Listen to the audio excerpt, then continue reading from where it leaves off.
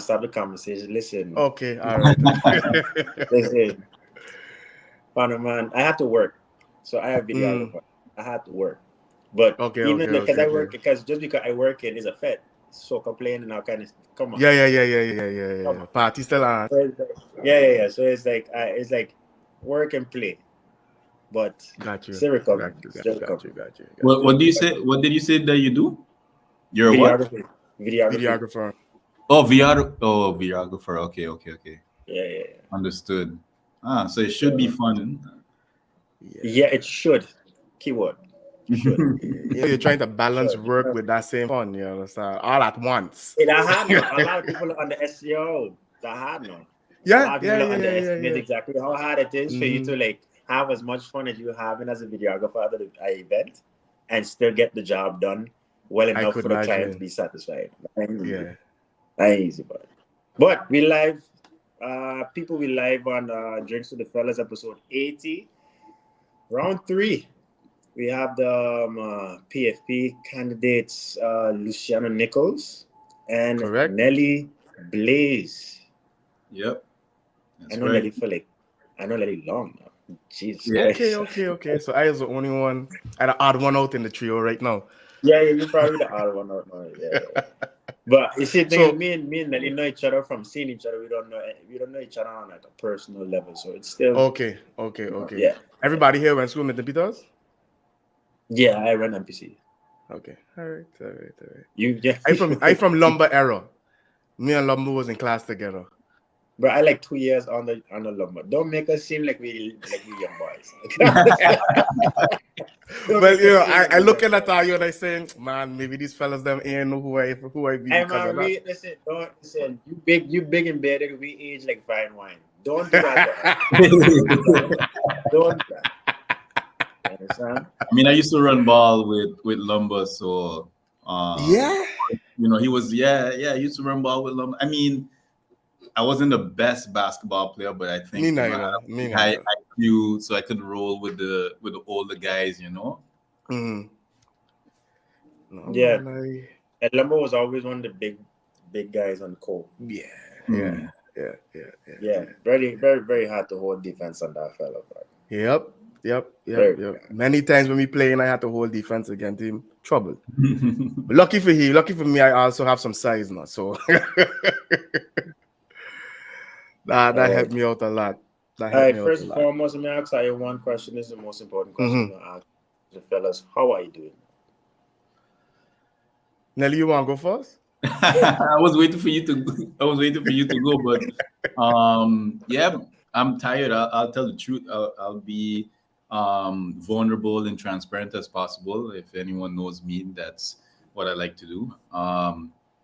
Been doing a lot of meetings, but the meetings that we've been doing are very productive. So I would like to say, I enjoy all of the meetings that we do at PFP. We have a lot of town hall meetings as well that has taken a lot of time. So that has been a bit draining at times, but at the same time, I feel like I'm contributing to the greater good. So happy to be here still. Good. So I think those sentiments are echoed on my end as well. I am beat. Okay, I was tired before campaign season. I'm even more tired now. I work 2 jobs. I'm a father of a 2-year-old, and I'm Ooh, trying and I'm running a campaign. So ooh. it's a whole lot on my plate. It's difficult to split yourself so many different ways, but this is what you have to do for your country. So I'm beat, I'm mashed up, I'm tired, but we're still pushing forward. Okay. The second question we always ask on drinks to the fellas is why are you drinking? I be myself. That candidate, sir. I am full on water, my boy. Hey, Nelly, Full what on up? water. Nelly, what up? What do you think is in the pink cup? I don't know. That could be. Hey, you ain't saying that. Are you just holding thought? That could be hypnotic. Uh, This is a smoothie, banana and strawberry smoothie.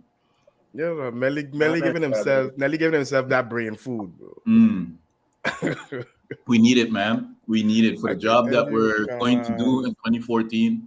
We need that. blows. A lot of I wish I had something to keep me to put me to sleep at night. That's what I really need right now. Sleep is not coming, but such is life. Hey man, the terrible tools, dog. Terrible tools. But Listen, he just turned 2, and it's like I mean, he was rough from the pregnancy was rough, delivery was rough, it was everything was rough. But when he hit 2, it's like he had some afterburners that just flip on, and it's a whole lot of ball game right now. Okay. All right. So now that we're here, right? I have a question. How Mhm. how y'all get here? Like, tell me the journey from school to where you at now. I'll start with you, Luciano. Okay, so Luciano Nichols, that's my name. A lot of people don't recognize that name. The last name don't tell nobody nothing. And that's fine. That's because my dad is from Barbados, so I'm half Bajan. I also lived there for a few years when I was really young. But I was born and raised here on St. Martin, predominantly raised on St. Martin. Went to school right here on St. Martin at the M. Genevieve de Weaver School first. Then I went on to the Milton Peters College, finished the Harvard. My tertiary education is a story in and of itself. But long story short, I went to the United States. I finished a degree in physics. I'm back home on St. Martin now. I hold on 2 jobs. I'm the operations manager at All Waste in Place NV. That's a family business. We have been in waste management for longer than I have been alive. That's since my grandfather's days. And I'm also a physics teacher at Milton Peters College in their CXC department. I teach Form Really? 4, Form 5. Yeah, yeah.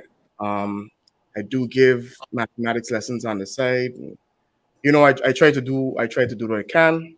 My uncle used to be in politics. He was one of the first parliamentarians that got elected back in 10, 10, 10. And so seeing his struggle with his colleagues at the time, being a medical doctor, and being amongst parliamentarians that not necessarily on your level like that, it can make things difficult for you. And I remember it was after the hurricane when I saw how lacking our leadership truly was. And that's what really made me think, hey, it's about that time to think about politics as not necessarily a long-term plan, but as something I want to do right now to try and right the ship and have St. Martin move in a better direction. Okay. Mr. Blaze, how did you get here? yes. So we grew up together. So you know that I was born and raised here on St. Martin, specifically in St. Peter's, also in Sort Reward. Went to school at the Hillside Christian School, and then I went off to Milton Peters College.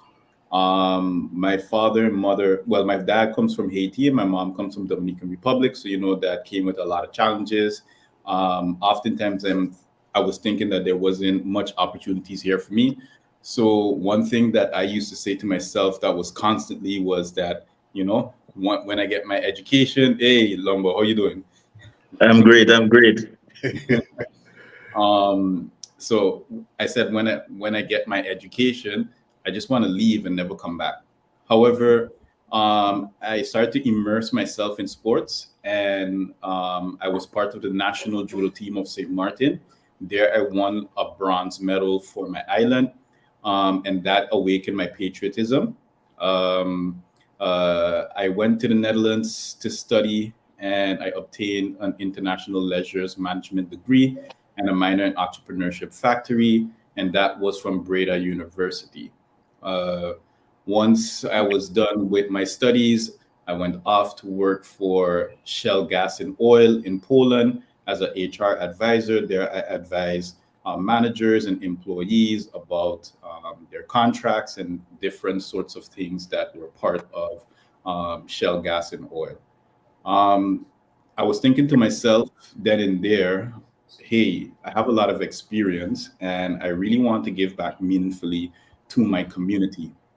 And I could remember a story that I heard from Michelle Obama on her podcast, and she was talking to Barack, and she said, "You know, you're quite a strange guy. You graduated from Harvard University with a law degree, and you started to work for nonprofits." And Barack said, "Yes, Michelle, I did graduate from Harvard with a law degree, and I could have been a CEO of a Fortune 500 company.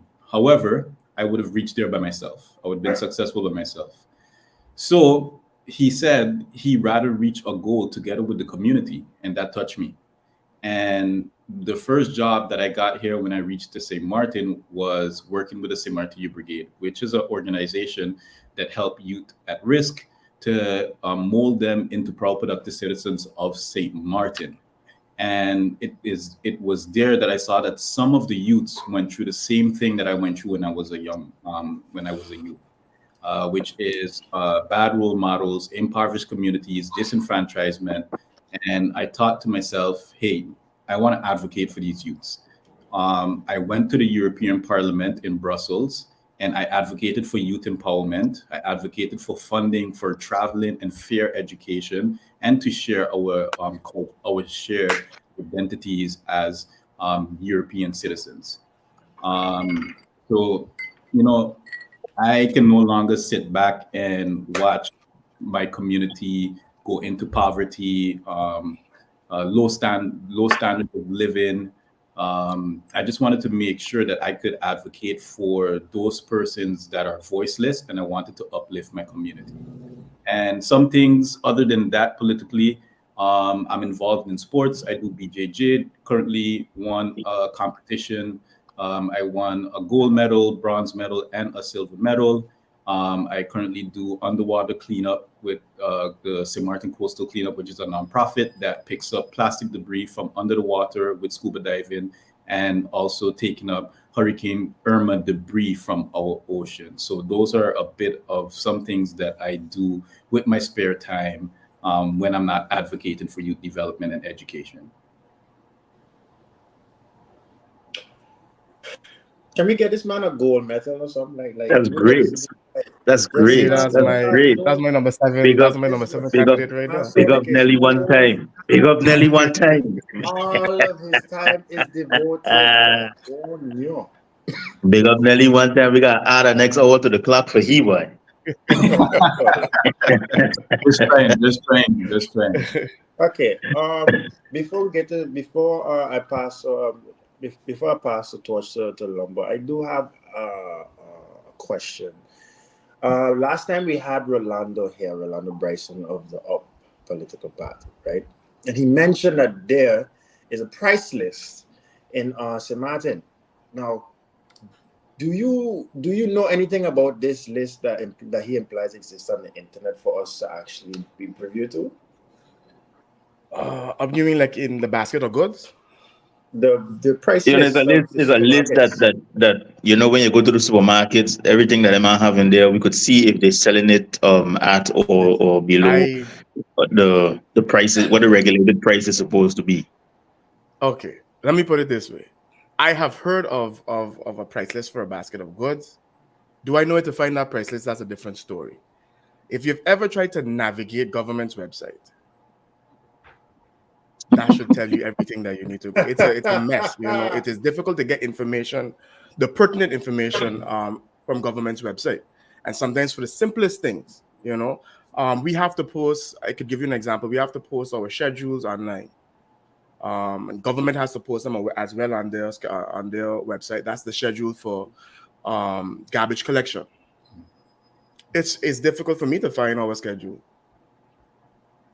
So wow. One thing that government truly needs to work towards is proper communication. I don't doubt that because I've heard of this more than once, but the way they disseminate information, they need to be more clear in the way they put their information out, and it must be easily accessible. And that's one of the problems that I have found with government. When it comes to IT, it's sadly lacking. So that's about as much as I can say on that topic. Okay. Yeah, you was gonna say something, Lumber? No, I just like I said, okay, and was waiting to see if you was going to answer. Yeah, so for me, I haven't seen no price link. Of course, I always hear about it in the newspaper. And something. So I work as a senior manager of academic operations at the medical university, and I also work with platforms, back end and front end of platforms where students get to log in, and also faculty where they get to learn about their medical content. And something that is very important whenever administering services on the internet, whichever platform that you're using, is usability. And that's a very important word in research. Whenever you're going to have clients that are using any mechanisms that are online, it needs to be user friendly. And that's something that I saw that is lacking on the government page, which is usability. It's not user friendly at all. So they need to restructure and reconsider how they're going to implement services to our community. And I think that that should be the center of their service, usability, and making sure that it's user friendly. And that list that MP Rolando Bryson is talking about, he needs to make sure that that there's some sort of campaign that is going on to make people aware of it, because I'm not sure that the supermarkets or the convenience stores that we have here on the Dutch side are actually being compliant to those baskets of goods. So I see that in the newspaper recently, that we have a lot of controllers that are going into the supermarkets to ensure that they're compliant, but that wasn't going on throughout the entire year or throughout the entire 4 years. So it's magically happening right now. But I don't want to insinuate because it's because of elections. So, but this is drinks with the fellows. You can insinuate. I definitely will insinuate. I'll tell you how it is. Everything happens around this time. Yeah, it's just not simply the nature of it, Yeah, it's crazy. It's crazy. Any backlash you receive for anything you say, blame it on us. We good. Listen, when you're in politics, you have to take the backlash on your own two shoulders. That's how it is. Direct them. So we don't want them to have to the lumberman. That strain. say it was direct them to the lumberman. I always told people my shoulders broad, so you can. Yeah. I don't care about that. So I'll insinuate it right now. I think because thank you very much, Nelly. All right. Before I continue with any kind of questions, I want to know what our guests are currently drinking. Okay, so yeah, straight again. Lumber, me and you go back far, and during these times, right, I can only turn to blue water. All right. All right, sir. The buy shop. Strawberry and banana smoothie. Nelly really at it. He really at it. Okay. Yeah. Nelly making sure that brain firing on all cylinders. All the cylinders. He can't miss any neurons, boy. He can't miss anything. So I know what you're consuming. Oh, I got some Jack Daniels apple. Yeah, no, he's on a different level. He's on a completely different level. Okay. And when I saw him pouring the cup, and I said, okay. That's listen. No, you know what? No, hold on. Before I show you what I drinking. Lumber. Yes, sir. Oh, you drinking anything? Well, I just finished drinking tea with creatine. I started my day. I had not so long started my day. Piss me off about lumber. But allow me to finish speaking. Allow me to finish speaking. Allow me to finish speaking. Hold on. Allow me to finish. No, allow me to finish. No. Okay, go ahead then. Interject. Interject. Because you insinuate. You now want to hear. Look, listen. I don't know how well Nelly know me from back then. But you know me back then. And anybody that know me for more than a decade, they know. I, throughout high school, when I was drinking alcohol, I was not. I had my orange juice. I had my Hawaiian punch. You understand? And then when I reached at least 25, I started drinking on 25. Now we start drinks for the fellas. So second year and drinks for the fellas.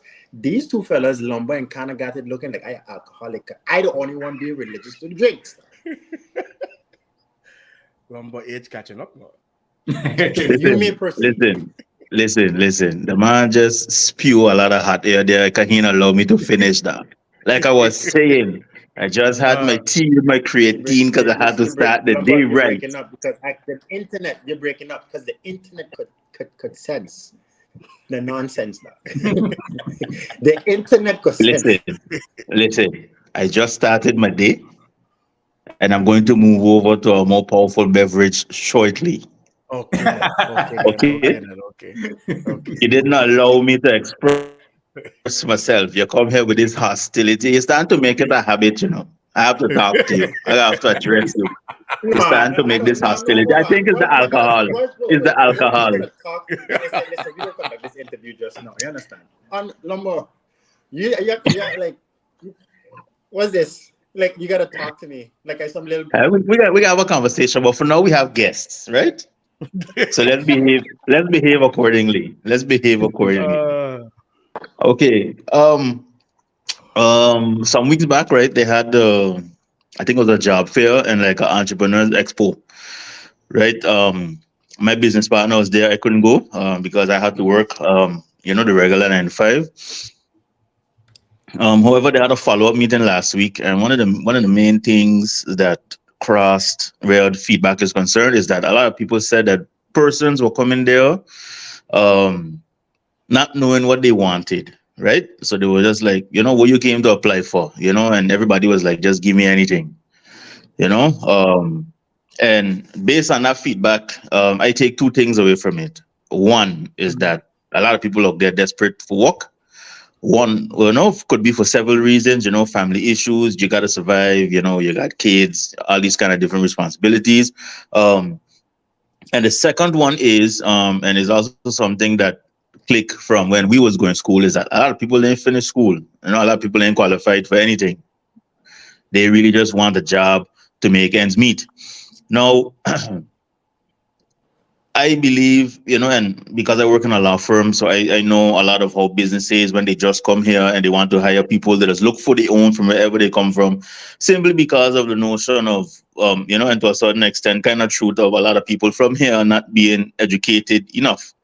Now, I want to know what can we do to establish something, and I know it would have to go through legislation and whatnot first, but to establish like a bare minimum that would make it, how you say that, they have to start here. And it's not like they start in here and they got to train and but everybody's bare minimum is good enough for any business that coming in here. Like make certain things mandatory where schooling is concerned.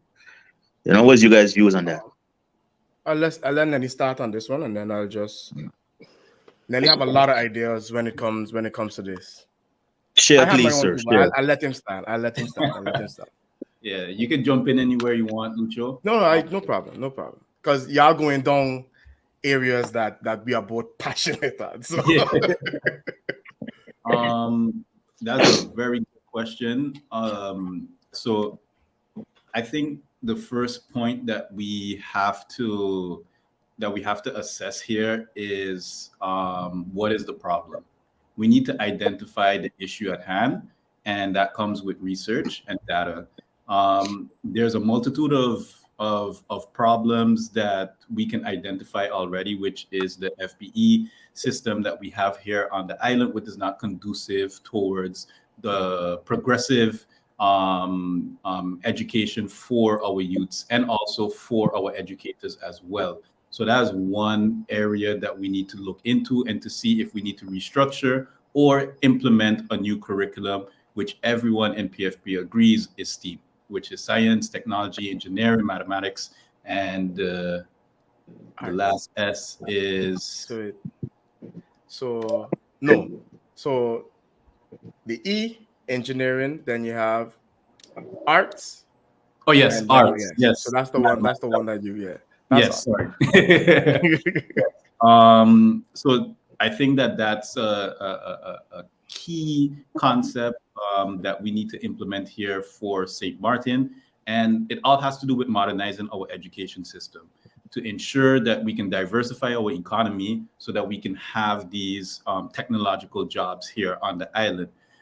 So that's one aspect of it. The other aspect is a paradigm shift that we need here on the island and turning us into a knowledge society. I think too much that the way how our youths here on the island has developed their minds has been because of their loss for identity. I believe that St. Martin has an identity crisis, and when you're looking up to role models or when you're looking at your culture and you cannot see your culture within your own community or within your own parents, you tend to start to look for outside influences. And St. Martin is heavily influenced by the United States. We are in a Dutch kingdom. We have a Dutch language in schools. However, we speak English. So it's a lot of contradictions. It's very difficult. And if you look on the French side, they can speak French. If you look on the French side, when you walk on the streets, you can hear French. But when you walk here on the Dutch side and you walk on the road, you hear Spanish, you hear Creole, you hear English, you hear Papiamento, and that's not bad. It's the signs that it's a metropolitan community. We're diverse. However, we need to identify what is our culture. So I think it's very important for us to have a curriculum where history of who St. Martin people are, what is the culture, in order for us to start to shape that national identity of who we are. So I think those are certain aspects on how you can start to shift the mindset of the people in order for them to have this knowledge concept of it's very important for you to have a high education, or it's very important for you to have an education, and making sure that it's high quality education. And that's something that I think is one of the biggest issues on the island, that we are receiving education, but is it high quality education? If you go into a CIA, if you go into a St. Dominic, the education standards are very high there. But if you go into other schools that are public schools, then we need to really ask ourselves, how high is the level of education at our public schools? So I'm gonna leave it there, and I'll leave Luciano jump on that, and then maybe I can pick up somewhere else. Yeah, sure. Look, so I think during the census, I think there was a figure that was thrown out. There was somewhere near 20% or 21% the population holds a tertiary degree. That is saddening. Okay, so I come from as I told you guys at the beginning, my background. I am St. Martin, but I'm also Bajan. And I spent 3 years living in Barbados. And I can tell you something about Barbados is that they took great pride in their education. And that's something that has been lacking from St. Martin since my mother was here. So I remember my mom was born in Aruba. My grandfather was born here. He's a Ritson. And I remember when my mom told me that they traveled up to St. Martin. That was years ago, you know. And when my grandfather put his children into school, he noticed, hey, this ain't looking so good in St. Martin. Promptly, he took them out of school here and sent them back to Aruba. So the problems that we've been having in education, this has been a long time coming. We're reaching to what I think is the peak of the problems that we've had in education over these past, let's say, 50 years. We've never had that emphasis on proper education. And then if we fast forward to the time that we live in right now, where we're dealing with a lot of social media influences, people believe that things can happen quickly. So success is measured by how much likes you have, or how much people are following you. And for a lot of people, they think that those kind of things can happen overnight. And there is this loss of putting in hard work and all that kind of stuff. Because to be honest with you, all of you who went away to school know that getting a tertiary degree is not something easy. You know, you have to be dedicated. you have to push to acquire those goals. But when you see something that looks like a short-term win, that looks it is more attractive to you, then you tend to go down you tend to follow those goals instead of seeking out education. So it's something that we have to say, okay, let's take a step back. Let's assess where we are right now. I think everybody knows where we are right now. I teach at high school, and I teach CXC physics, and I can tell you we're struggling in the areas of comprehension, especially reading comprehension, and the areas of mathematics. We're struggling there. Obviously, there's a problem with the foundation of our youth when it comes to education, and everything that you talked about, Lumbo, has to do with having a foundation. Everything. Okay, you have a foundation, because if we're talking about jobs and we want qualified people, you have to start from the beginning, from day one. Okay, of course, it starts at home. Lucky for me, my mother was a teacher. But we also have to find ways to help those who can't help themselves. And that's what foundation-based education was supposed to be. Truth is, it hasn't functioned the way it was supposed to function. But we also have not assessed its functioning. You can't just start something and let it run wild. Just like when you sit down in class, after a few weeks, you get a test to see if you actually know what was studied. Similarly, we have to be able to assess foundation-based education. And I mean, it has to be a scientific assessment. It must be objective. From there on, we have to turn around and look at what vision do we have for St. Martin? What goals do we want to see for our country? Where do we want St. Martin to go? Okay, we're predominantly tourism-based now. Tourism has been failing for us for a while. Cruise industry is almost at a zero. Okay, it doesn't provide anything for St. Martin. Where do we go from there? What's next? And so in PFP, we believe that what is next is tech, because that's happening all over the world. So we have to be able to train our students to be able to handle those jobs of today, because they're no longer jobs of tomorrow. They're jobs of today. And that's why we and I love that Nelly spoke about it, that STEAM education, science, technology, engineering, arts, and mathematics. I embody the S part. I come from a family that we're grounded firmly in that S, that science. Yeah. I know. My mother was a chemistry teacher for about you guys. 35 years, okay? Wow. My uncle, who was in parliament, he studied his bachelor's degrees in chemistry. We boy Kenny, my cousin. Yeah. He's a biochemist right now, working for Lilly, which is one of the biggest pharmaceutical companies in the world. But then there are the technological jobs, IT. You're talking about, if you look at our artificial intelligence right now, we're sitting at a weird place in history right now. And so we need to push our children to go and do these things. We tend to think of these things as difficult, and I won't lie to you. What I did, super difficult. Would I do it again? I probably would have gone into engineering.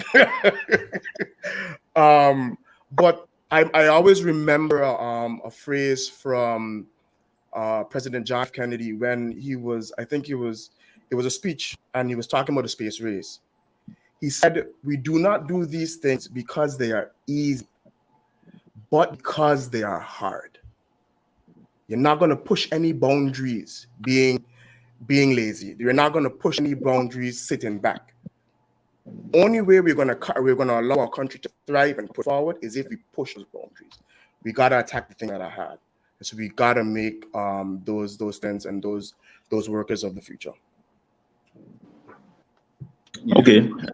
All right. Sounds good. But okay. So you guys emphasize heavily on you then, Lucha, emphasize heavily on the tech part. Now, this might sound a little biased coming from myself, but I a trade man. Yeah, I just do carpentry. I got you too. is a hobby of mine, yeah, and it also now turned into a business of mine. I show you guys, I've seen a few things I have done so far and those kinds of things. How are we, like, before I even go into that question now, like, something I like to emphasize to people is that, you know, after Irma come and wreck the place, right, is the tradesmen and women that, you know, build everything back up and kind of put the infrastructure in a place for all these kind of, how you say, jobs of today, like you mentioned, to continue rolling, right? But how can we now also incorporate this techie part of what's going on now into the trades to kind of make it more attractive for people? Because most of the tradesmen and women that's on the island is not from here, it's from neighboring islands. And you know, in those islands, you getting it in high school cells when you reach Stout Farm, like how we had to choose a package, whether it was economical or science or whatever, them are mandatory have to do a trade, you know? So how can we introduce this kind of tech now into the trade to make it attractive for our local people who, as far as I know, from some people, also really good with their hands in those things and creative. Okay. You want me to start and then I'll let Eli? Or will you? Yeah. Oh, you want to attack this, Eli? No, let me ask you. So, Lumbo, how you got into the trade? How you got into your trade? How I got into my trade, like everybody know my love of music. Nelly have first-hand experience with me and my low sound system. You as well. And so it started just with building speaker boxes. And one day I realized that in most things in carpentry, if you look around your house, most of the things that make from wood is a big box. So I take it from there, and I just start to get better and better over time. Okay. So, well, I am not a trained tradesman. I'm a mechanic through and through. At the end of the day. Facts. You know that too. Facts. Okay. Facts. I can take facts. an engine down in pieces and build it right back up together and build it stronger than it was before. Okay. When it comes to making power, I believe in. I love mechanics, love racing and stuff like that. But there, you know, when it comes to vocational education, there is a negative connotation surrounding that term for some reason. It's as if everybody has to be an intellectual, but somebody got to build the stuff that we all using. Yes. You know, if we look at the one true trade school, high school that we have on St. Martin, we tend to use that school as a dumping ground for everybody who have behavioral issues. You know, instead of focusing truly on vocational education. So something I propose and we ran with it with PFP was what we call the Caribbean Vocational Qualification. So this is also administered by the Caribbean Examination Council, CXCs. And it's a qualification that is it is valid all through the Caribbean. So it's a standard, and all through the Caribbean, once you've earned that qualification, you can work anywhere here. And we're looking to see how we can implement that in St. Martin Vocational Training School to have that be because when you graduate from there, what do you really have? That's the first question that we have to ask. Yeah. When someone graduates from there, what do they have? If we can provide them with a qualification that will open doors for them, right? Now you're starting to empower your population. Yeah. Okay, and then the students that NEPA gets would probably also be better qualified to finish the programs over there as well. And when it comes to integrating tech into vocational stuff, now I feel like tech is being integrated in and of itself. So let me give you this example. We had a new government contract, right? And they required us to purchase a recent vehicle. It had to be within 10 years old. Now, these trucks are so advanced nowadays. Not only do you have to be a mechanic, but you also have to be an IT specialist to be able to work on them. No, I'm telling you straight up. The amount of sensors that you have on these trucks nowadays. You have to be able to program all those sensors. You have to understand what's going wrong. So you have to be an electrician, you have to be a mechanic, and you have to be an ICT professional. So in a lot of ways, it's forcing you to have to Mhm. take on things that what you would see as traditional tech degrees or traditional Yeah. tech areas of learning, and implement them in a way that you wouldn't have done before. If we look at mechanics, like me, I love engine work, but I love the electrical work even more. ECUs, standalone ECUs. Yeah. I'll build the engine, build the car, and I'll tune it myself as well. Okay. Okay. So that's where that love for tech comes in. I noticed that you're using a CNC machine right now. Yeah. Yeah, that's and a Yeah. lot of Yeah. that is computerized, if I'm not mistaken. Yeah. Yeah. Definitely. It's just the only thing I personally do is just give. I basically give the instruction. Right. That's it. Right. Right. Yeah. And so when it comes to that, I want people to understand that to get into these areas, you don't necessarily need a college degree either, and that's something we have to be honest about. I always want to say, yeah, man, go away, get a degree and come back. But in those areas, there's so many different certifications that you can do. Exactly. I'm really pushing to see St. Martin open up the type of certificates that they offer in terms of vocation and education. If you look at IT, I tell you from the IT part, because that's also one of my loves. I think NEPA is doing CompTIA A+ right now. So we're starting to train our IT professionals right here on St. Martin. And that's a standard in the IT world, CompTIA. And so we can expand on that, whether you want to go into networking, whether you want to go into cybersecurity, whether you want to go into cloud engineering, you name it, those things can be done online right here and right now. And so that's kind of the way I see us being able to merge these things together. Okay. Makes sense. Anything you want to add, Nelly? Yeah, I'll be short with it. So my foundation, I started Milton Peters doing Bayview, and Bayview is, you're Nelly, working with your never hands. told me this, I need, like, when I see Nelly again, Nelly getting a hug from me, like, honest to God. No. I need people to understand. People need to understand the kind of person that Nelly is, because what he has done isn't easy. We went through Avo. You understand? Yeah. Yeah, we had our own challenges. If you tell me that you start at Bayview and you're here now, nah. Yeah. Standing ovation. I'm telling you straight up. Thank you. Appreciate it. Yeah, that's something that I never open up with.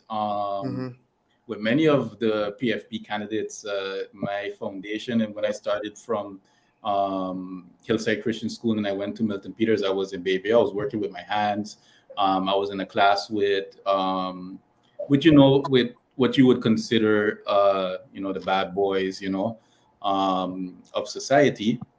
And that's one thing that I wanted to discuss that Lucho highlighted, is that there is a bias once you go to a vocational school, once you go to starting a stream of Bayview. People look at you and tend to think that, okay, this person is part of society that isn't important. But however, we build society, we build the things that you're sitting on right now, the chairs, the desk, and all of that. You need those persons that can build these things. And so that's the first step that I think that we need to do on St. Martin, is to actually have this culture of where any job that you do is important. I can look at the Japanese society. Whenever you're thinking about the different people who are cleaning, who are business people, you see that the kids start from a very young age cleaning up the classrooms. And they consider that to be a very vital component of school as well. So we need to have that concept or that mindset that if you are working in any vocational job, or if you're working as in garbage collection, waste management, if you're working cleaning yards or anything like that, that is not a negative job. That is not something bad. That's something essential that we need. And we need to put, importance in that, and value. We need to value these people, just like educators. I was part of a workshop recently where one of the workers of UNICEF said that if you have teachers catching bus and they're struggling to meet their basic needs, and you have a drug dealer that is rolling up in a BMW, and kids look outside thank of you, the Nelly. school and they see that this teacher is coming out of a bus, this teacher is complaining that she can't pay her bills, and you just see this drug dealer that has on Thank you, the Nelly. highest kicks. Of course, these kids are going to look and say, I do not want to become an educator. I want to become that over there because it looks more appealing and more attractive. Mhm. So we need to ask ourselves in societies, what are we portraying as success? And what are we diminishing? And what are we placing values on? So we need to emphasize value on educators, on construction workers, on waste management workers, and ensure that people see those as essential jobs, as Lucho said. And I think the second thing that we have that you asked, how can we merge technology and those jobs? Something that might be unconventional is different kind of hackathons, incubators, competitions of those sorts, where students can have extracurricular activities where they can participate and merge, that academic component and that vocational component, and bring it together in order for them to create something. Like you created your system for music, and that had to do with electronics and also woodwork, and then you merge that together and you have your speakers playing loud music. Imagine you did that for a competition where you could have gone to Dubai. I did something like that. I hacked the minds of people in the Netherlands, in Breda University, where I won first place, and I went to Dubai to represent the Netherlands. And I think that we need to do more concepts of incubators, more concepts of hackathons, and merge, the different vocational components and technology in order for us to, unleash that creativity or that passion and that love for vocational work. I think that's something that we can also integrate into our curriculum, where you're not only sitting down in the classroom for 5 days in a week, but you also can go out of the classroom, go into these co-working spaces, and have fun together with different schools. You can bring CIA, St. Dominic, Learning Unlimited. Then you can also mix that student population, so you don't have these separate islands of excellence in an island. So you don't want to separate all these students, but you want to actually get them together. And oftentimes I think those are the solutions to the issues that we have here on the island. We have so much separation of classes. We need to merge everything together in order for us to have a cohesive society. Squad body. Hey, listen. We ain't asked we people to do it in a while, but everybody chop this sign here. Chop this sign right here. Throw it up. The man them talking the thing. The man them talking the thing. Throw it up. Throw it up.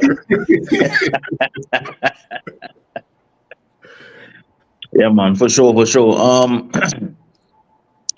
You guys had mentioned something there, so but I guess so last and when Nelly was saying they'd get away from my brain. Wait.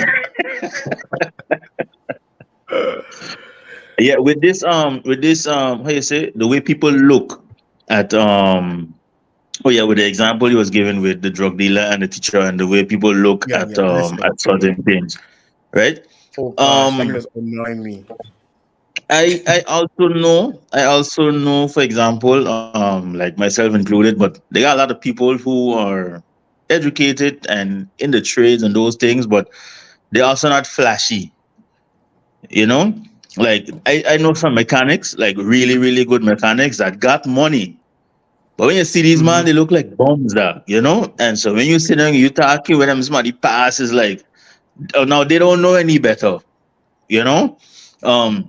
The guy, now I only want to say drug dealers, but the people who tugging and who in that space, you understand? That's actually part of their marketing. Okay, I don't know if many people had known that, but that's a part of their marketing. Okay, That's to bring them They have to show, yeah, the people who they're working with and working for, that they have a certain level of success.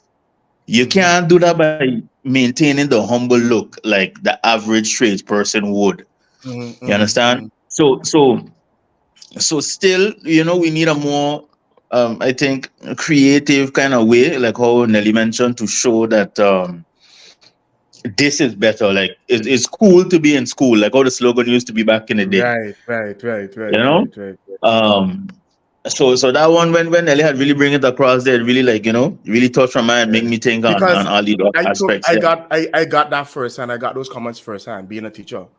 You see, my man, Yeah. you ain't really looking like nothing there, no. You got a nice car, yeah. That's about it, you check. But I don't know what's but then you working 2 jobs. But how much you making? And of course, I try to tell them how much I making. But when you tell them, that's it. Nah, Jed. But there is something to be said about earning an honest day's wage, and I think Yeah, but moved away from that. a lot of them students also ignorant to what the everyday life is about. Yeah. Because reality ain't hit them That's why I yet. touched on social media, because social media portrays a life that they think is easily attainable. It's just 1, 2, 3. Yeah, man, I'm gonna reach here. You understand? Whereas the majority of us have to work hard. Yeah. Very hard. And Lumber, before you get into your next question, I just wanted to touch on what you said with the drug deals that is marketing. It's true because what these youths don't understand is that yes, it may look cool that they have the BMW. It may look nice that they have the chains and the latest clothes and everything like that. But when you think about the drug dealers on the streets, they still live in the impoverished communities. They still struggle. The image that they're portraying outside of That's that true. struggle is That's that, true. hey, I have a nice car. Sorry, my dogs are barking. They have And they're a working. yeah. However, if you look more deeper into it, what else is nice? Are they traveling? Where are they going on vacation? Are they going to vacation on Dubai? Are they taking their family out of that impoverished community, buying them a home? What are they doing that is actually conducive towards the entire family and the impoverished community? Are they buying apartments and making sure that there's affordable housing for those that are struggling in that community? So these are things that you have to actually ask your youths in the classroom. Are they doing all of these different things? And the second part of what Lumber was talking about is how to make these creative solutions for making school look cool. Is that we have to emphasize the importance of opportunities for them to travel.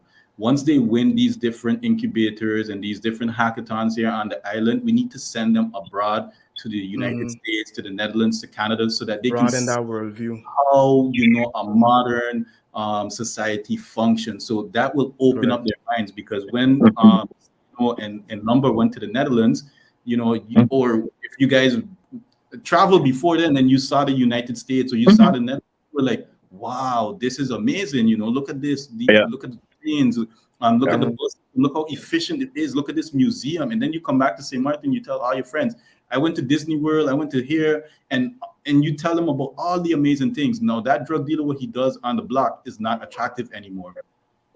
Yeah.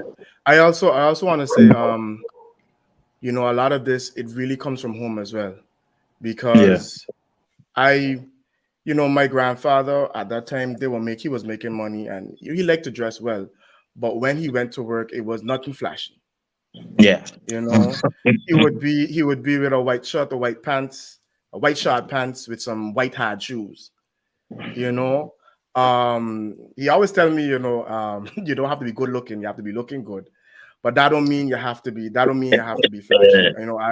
I think the way I was raised, we put more importance into what's up here. I always wanted to be intelligent.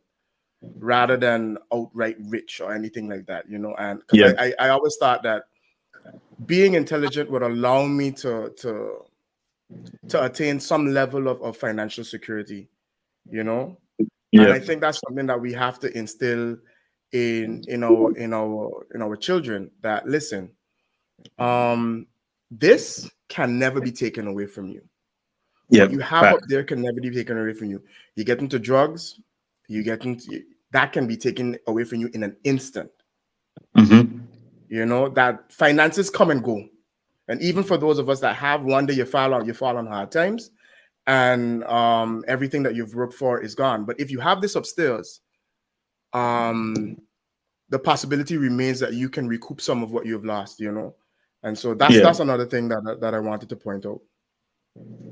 Yeah, and I also want to add to what Nelly mentioned with the getting the students to travel, right? Not only do we need to get them to travel, but we also need to make sure that when they travel, when they're coming back home, they're seeing efforts that are being made, or at least the opportunity for efforts to be made for Saman to be better is there. Because a lot of people that traveled, they put in their mind like, yo, when I finish with school, I leave in, me coming back. I done with this place. You understand? So I'm moving out. I'm done with this place, you know, and I can be honest with everybody. It's like my mother is the reason I back here. Okay, if my mother wasn't here, if my mother had leave when I was asking her to leave, I would not have been here right now. Okay, I could tell her that. 150%. You know, so it's like, you know, we also got to make it that what we putting into them, they could also turn around and put back into the island. Correct. Okay, we have to make sure that we bridge that movement there. Attractive for them as well. Yeah, you know, we like to focus only on the tourists, but we also got to do for we people as well and make it attractive for them.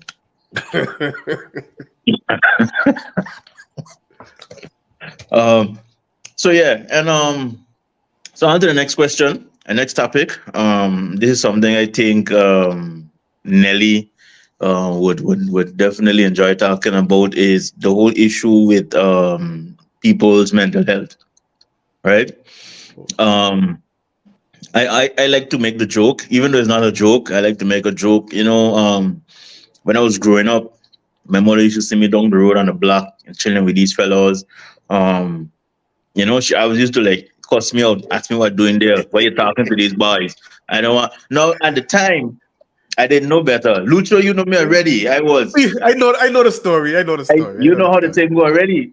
Yeah. Anyhow, so you know, I wasn't seen because I wasn't chilling with them because I want to get into that kind of lifestyle. But it's just like at the time, those was the people. Those was quote unquote the kids in the neighborhood that you would hang with, even though they were older than me. You understand? But then as I got older and I started traveling up and down the road for myself, and I started driving past the block and everything, I realized that my neighborhood had a lot of bombs out. Right? And it's a joke, Nelly. Look, it's not a lie. Look, Nelly, no, I lying there. Down the road up there, got a lot of bombs out. Right?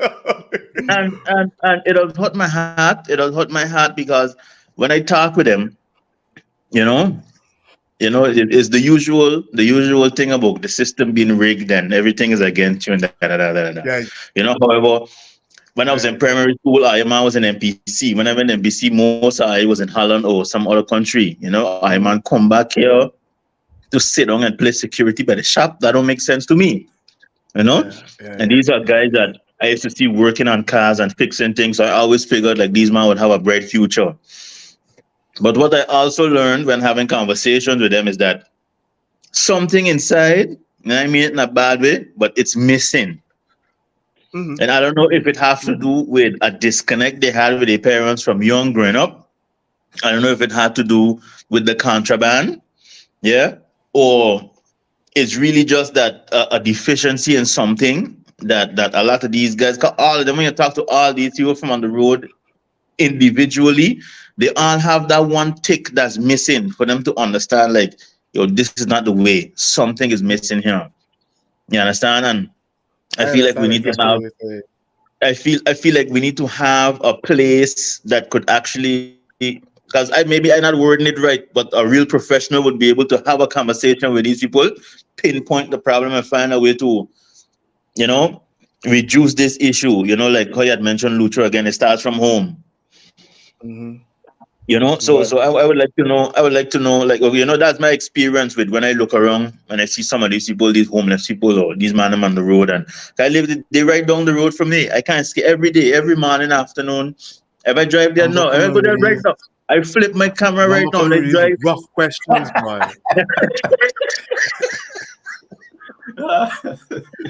I don't If I expect any flip, different though. if I flip my camera right now and we drive up the road, like we could pinpoint all of these Yeah, man that I want to know. Yeah, yeah. you keep on snapping. Yeah. Oh gosh, it's an I would like to epidemic know. though. I would like to know from you guys. Yeah, it is. You know, what kind of approach can we have? Because I know we got different foundations here, but I don't know how they operate. I don't know what they do. I don't know. You know, so if I could fill me and those listening Yeah, in, I know. if I could fill it I know in. Nelly has a lot more on this topic than I do. So I'll say this. We as one, I'm gonna tell you all this straight up. We are losing our black men. Yes, dog. Yes, We're losing them. We are and it's losing them. scary. Oh my goodness, it is hurtful to me. We are losing our black men. The amount of us that are in positions where we actually help society is dwindling. Yep. You know, when I speak to my students and I ask them, okay, what you want to become, 3/4 of them have no idea what they want to do next. No idea whatsoever where they want. And if you don't have an idea of where you want to go next, that's the first step to ending up stuck here on St. Martin. Yeah. Secondly, there's a negative air around mental health throughout the black community. Yeah. I want to say this now. There's no question about it. I want to say this now. I'm gonna say something now, just like no. You know, and so we have to erase that stigma. Listen, in the times that we're living in right now, where everything is so fast paced, you rarely get time to download from the day, from the trials of the day, you know. And if that keeps happening over and over and over again, then you reach to a situation where you become mentally fragile. And of course, everybody has their different limits, you know, but the emphasis I find that is placed on mental health here in St. Martin is at its low, and we just need to increase it. There's a memorandum, not a memorandum. There's a moratorium on mental health professionals that we inherited from the Netherlands Antilles. We got to work at lifting that. We have too much people here, and we have too little help. Yeah. Okay, that's one.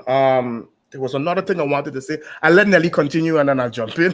No, continue. You're touching it.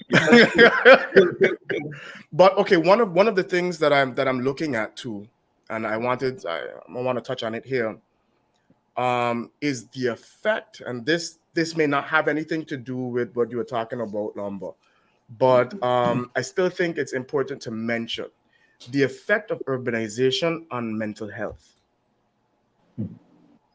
Okay?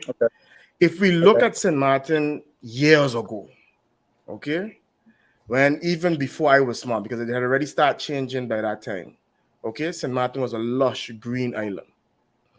And there is a correlation between nature and good mental health.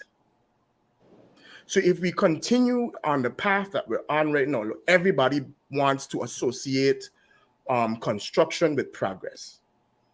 Everybody wants to associate it with development. And yes, in times past, that association was clear. But right now, we're reaching a point where I believe that we have to take a strong and hard look at how we progress when it comes to spatial planning. We can't continue to say, okay, you have a piece of land, you could build whatever it is you want there. We can't afford to live in a concrete jungle, because I don't think that's how humans were created. Okay, there is something to be said with connecting with nature and how that affects your mind. There's studies have been done on this. So I don't know if the fellas on the block should probably go up in the hills and some of them actually come down out of the hill, you know. So I know maybe that might be affected too much nature, you know. Everything should be in balance. but over the years we've seen a rise in mental health cases here on St. Martin. Yeah, and I definitely. think one of those reasons is because we have moved away from nature. I We don't noticed, preserve it the way we want to. We I really did should then. I did notice that in particular after Irma, Right. the mental health levels of not just men but people in general in St. Martin has went in a decline. I'm not going to decline. Correct. Like I went back, like I left St. Martin right a couple months before Irma, and then I came back maybe 2 years after Irma, and then when I came back, I noticed that like I really did notice the decline in certain mental states and mental capacities of certain people that I grew up with. Correct. I seen it all the time too. You know, you talk to people on the road and you're like, yo, what going on, dog? Long time I ain't seeing you. Yo, what you saying, dog? Bye. Life rough, not bad. And then you're like, something a little off here. No, but you see, the thing is that I must add. No, I was going to say I must add a lot of people. I think a lot of people became depressed because their perception after what happened after Irma is like, yo, there's no way out. You know, I am the hamster stuck in the hamster wheel. That break a lot of people's reality, right? And I think that is why I think that contributed to, you know, how a lot of them are right now. I wasn't here. I left here exactly 5 days before Irma reached here. So, Lumber, you're a lucky fella, Panda. But listen, now after it passed, right? I had like arguments with KLM on the phone and everything when they were sending down Marshall say and whoever it is was put on the plane. They said, no, I was like, yo, I from there now, send me down. You know, the man was like, we can't just send you. We don't. I say, yo, listen, look, I got my information. I know my social security number. I know where I come from when I reach here. I want to go back to help. I was looking for volunteers. I'm volunteering. The man was refusing to send me down, G. You know, but anyhow, I think that depression had kicked when a lot of people came to the realization if you were here on the island for Irma, nobody came up unscathed. I can tell you that. I can tell you, if I was there for Irma, dog, I think all the progress I had made on myself would have unraveled. No. Because even me myself, I ain't gonna tell you any lie. That thing put the fear of God in me. Okay, I'll tell you that straight up. I tell you that straight. And you know, I was 9 when Lewis passed, but to be an adult and see the enormous power of nature. Yeah. Then when you look out at St. Martin after things that were there a few hours ago, completely wiped away. You know, at one point in time, I thought, it's only me alive, bro. Okay, no one else is living, and no one else made it. Devastating thought. Yeah. That's I remember crazy. There was a tropical storm that passed after. Just a tropical storm. That was Maria, right? Yeah. Listen, that thing had me terrified. Anytime a high wind blow, heart start beating fast. I'm dead serious. You know, so I could only imagine how other people felt, especially people who fared worse than I did. Yeah. So I hear everything that you guys said, and I want to take it back from the question that you asked Lumber and take it all the way back to Hurricane Irma and then to our current time where we are right now. So I want to do a thought experiment with all of you. So with Seno, Lumber, Seno, you can go first, Lumber, and then Lucho, you can go third. Who do you look up to as a very strong male figure when you was young, Sino? My father. My Why? uncle. Okay, Lumber, your uncle, and then Lucho. My grandfather, all my Okay, uncles. okay, Sino, why did you look up to your dad as a strong male figure? Okay. I looked up to him because he showed me that strength. The strength that he displayed was not physical. The strength that he displayed was a lot more in a vulnerable standpoint. Like he was strong enough to be vulnerable with his family in regards to, like, if he's feeling in a certain way, he's going to express it, whether it's through tears or through words. He's a man of few words, but when he says something, it's heavy. So that's why I looked up to him. His integrity level was really, Okay, in hindsight. and Lumber, By, why your uncle? by well, to me, he was just always like as a person, like well equipped. He seemed very complete. Like he had everything. He knew. Well, I don't want to say everything, but he knows a lot. You know, one of these days I want to get him on the show, and you guys could talk with him. You said the man knows a lot. He had like self-sufficient, I think is a word I could use. You know, he don't need nothing from nobody ever. You know, and that is something that I feel like, is important as a person, self-sufficiency. And also he's a good teacher. You know, he trained me in certain things, and teach me to use my hands and those kind of ones, and so that was important for me. So for me, that is why. Okay, and Lucho, why your So uncle? my grandpa, I mean your so grandfather. Sorry. well, it started with him, and I can see attributes of him in all of my uncles. He taught me some important life lessons. I say it all the time. Taught me lifetime is working time, spend no idle day. Okay. So he taught me the importance of hard work. But something that I truly loved about him was support. It did not matter what any of his children were doing. It did not matter what his grandchildren was doing. He was there to support. He wasn't big on words, okay? He worked hard, he provided for his family, but when it came to just being there to support you, second to none. He always tell you, bro, I'll back you 110%. And then if I look at my uncles now, I learned a lot from them. From my uncle Lloyd, every Mhm. summer he used to be building something. Always had a construction project. And so we learned how to use power tools. We learned how to build from him. If I look at my uncle James, he was in car racing. My love for cars come from him. I have an uncle there, John. When it comes to heavy construction, he's second to none. Okay, every engine that you see was placed in GEBE is because of him. And so I grew up with these guys who worked hard, provided for their families, and I was able to use, especially those positive aspects of them in my own life.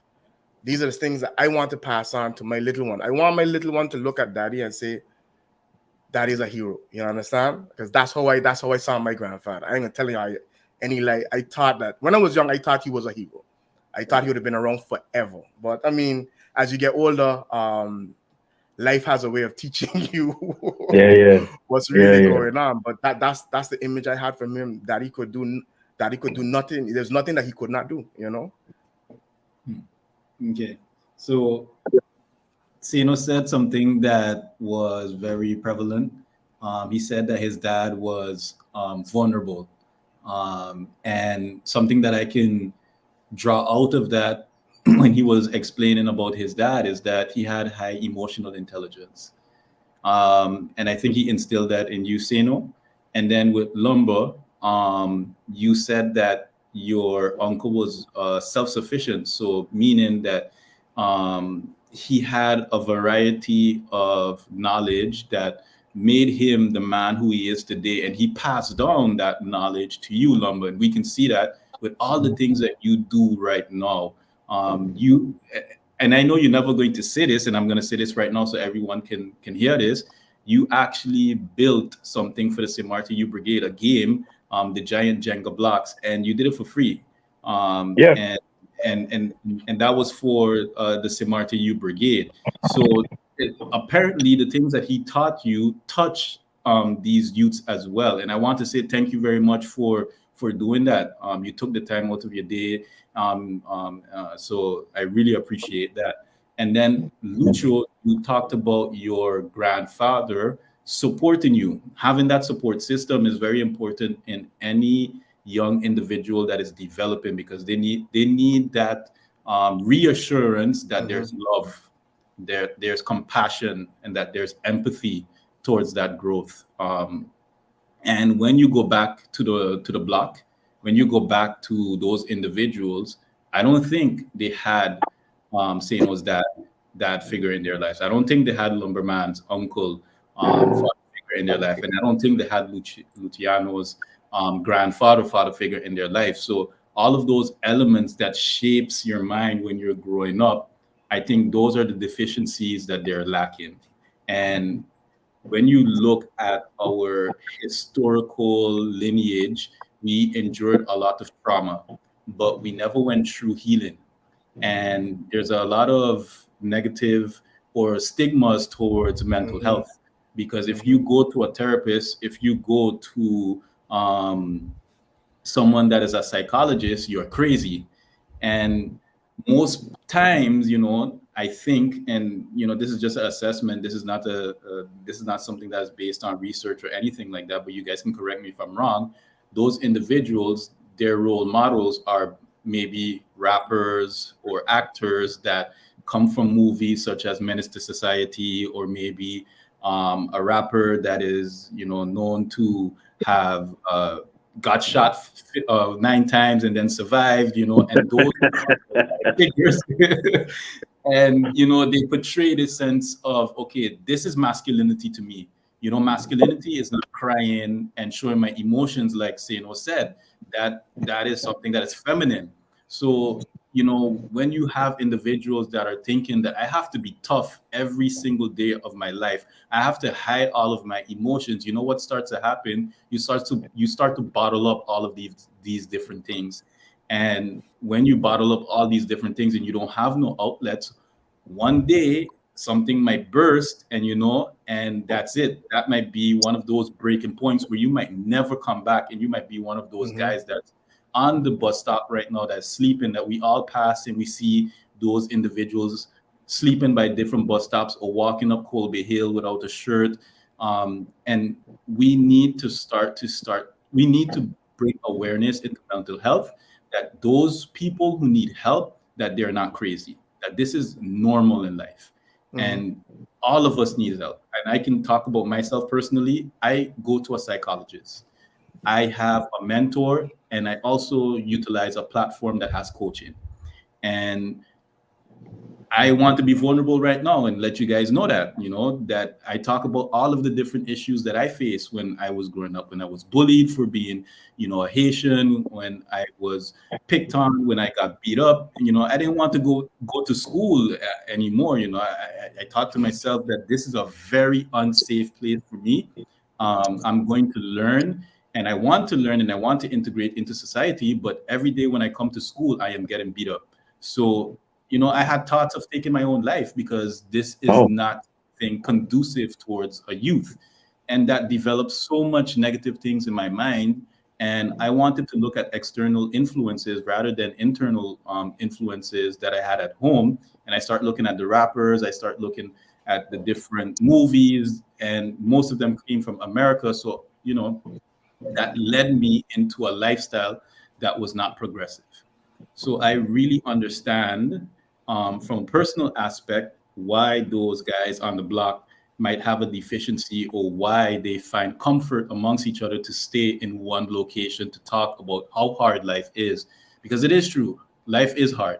But if you don't have a support system, if you don't have people that acknowledge and empathize with you, and you have this negative connotation towards mental health and seeking help with a psychologist, of course, you're going to continue this this perception and the and I'm losing my thought here with this word.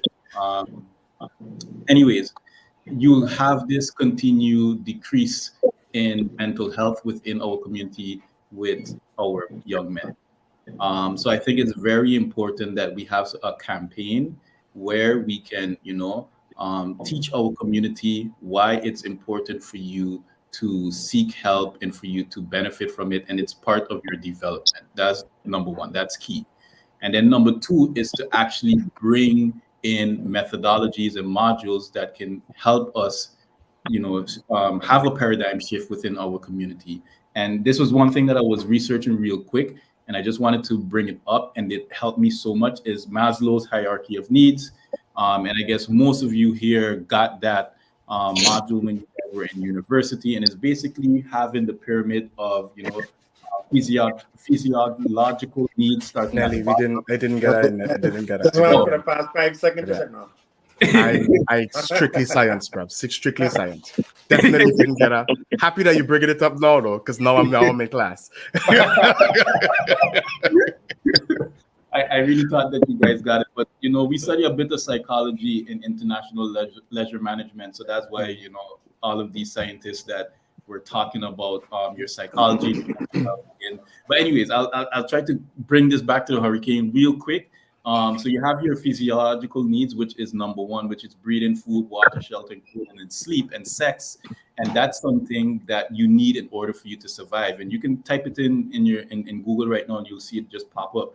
And then the one that is all the way on top is self-actualization, which is morality, creativity, spontaneity, acceptance, experience on purpose, meaning, and inner potential. So if we can bring these concepts to those young men so that they can explore, hey, what is something that I really want to see?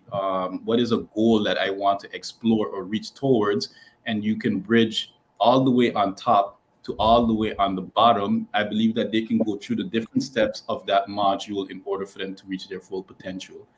Now going back to Hurricane Irma. When Hurricane Irma happened, Lucho, you can correct me if I'm wrong. Mm-hmm. Or was there any, and I'm going back to all of my courses that I got certification for, which is psychological first aid. Did anyone on St. Martin get psychological first aid when Hurricane Irma passed? No one got that. This is the first time I even hearing about psychological first aid. What are you talking about? Yeah, likewise. I never heard about that. People weren't even getting regular first aid. So whenever you go through an accident or trauma that is physical, you get first aid. So when the ambulance comes to pick you up, they administer first aid to you, and then they pass you on to a hospital where they continue that service towards your physical well-being. Mm-hmm. However, when something happens to you mentally, there is also psychological first aid, which is something that is an emergency. So if you went through a hurricane, which you did, Lucho, that means you need some kind of form of psychological help or assistance. And this is where psychological first aid will help you to cope and deal with the trauma that you just went through. And it will actually put you on a pathway towards healing. And there's a professional course that I went through in order for me to administer that help with those who went through any kind of trauma in terms of emergencies. So that's something that is very important that our government should have implemented on a nationwide towards St. Martin people, because you have to administer care, not only physical care, but you have to also administer mental care as well to the nation. So that is something that I feel that a lot of people have those traumas or those triggers from Hurricane Irma because they never had that that treatment of psychological well-being, and that's missing right now. And right now, where we are in 2023, is what you're seeing is the mindset of those persons that did not went through that treatment. So just want to bring all that together. Well, sir. Nelly Blaze, guys. Nelly Blaze. Big up on yourself for Mr. Blaze, dog. Big up on yourself.